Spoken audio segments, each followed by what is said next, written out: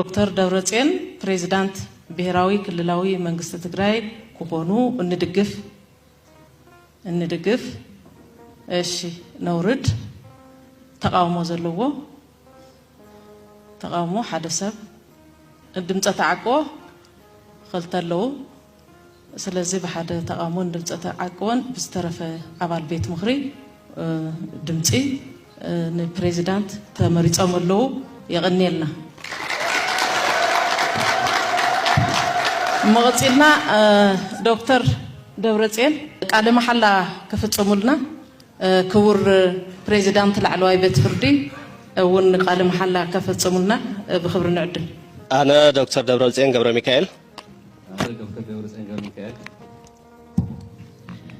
أبز علة زي أب كرمي بيت مهر قريبة بريزيدنت خوينا نتشيم نحقق منجستي تأمان بمهان كأب منجستن حزبن إزكلل استوهبنا حلافنت بغن عنان بوفينتن كم أون حقن سرعتن مسارات بمقبار سرحي نغفتصم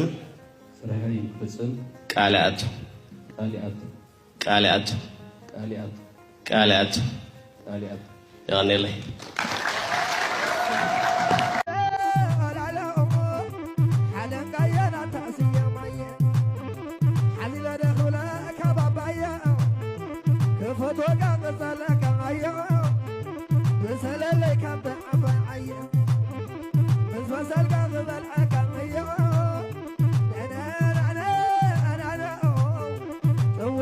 كم حالة